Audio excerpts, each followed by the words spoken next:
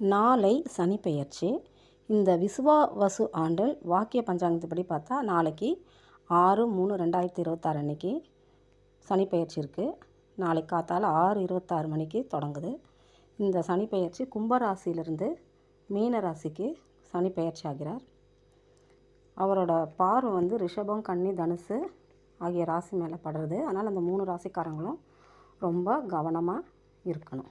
அது இல்லாமல் அஷ்டமச்சனி, 7.5 சனி, கண்டச்சனி நடக்கிற ராசிக்காரங்களும் ரொம்ப கவனமாக இருக்கணும். அதுக்குண்டான பரிகாரத்தையும் செய்யணும்.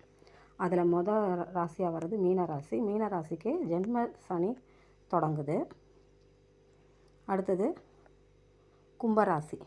கும்பராசி கடைசி கட்டத்தில் இருக்காங்க, பாதச்சனியில் இருக்காங்க.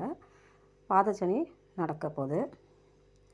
அடுத்தது மேஷராசி. மேஷராசிக்கு விரயச்சனி ஆரம்பமாகுது. 7.5 சனியும் ஆரம்பமாகுது. அடுத்தது சிம்மராசி. சிம்மராசிக்கு அஷ்டமச்சனி தொடங்க போகுது.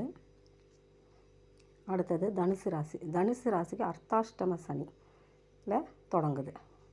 அடுத்தது கன்னிராசி. கன்னிராசிக்காரங்களுக்கு 5ஆம் இடத்துல வருது.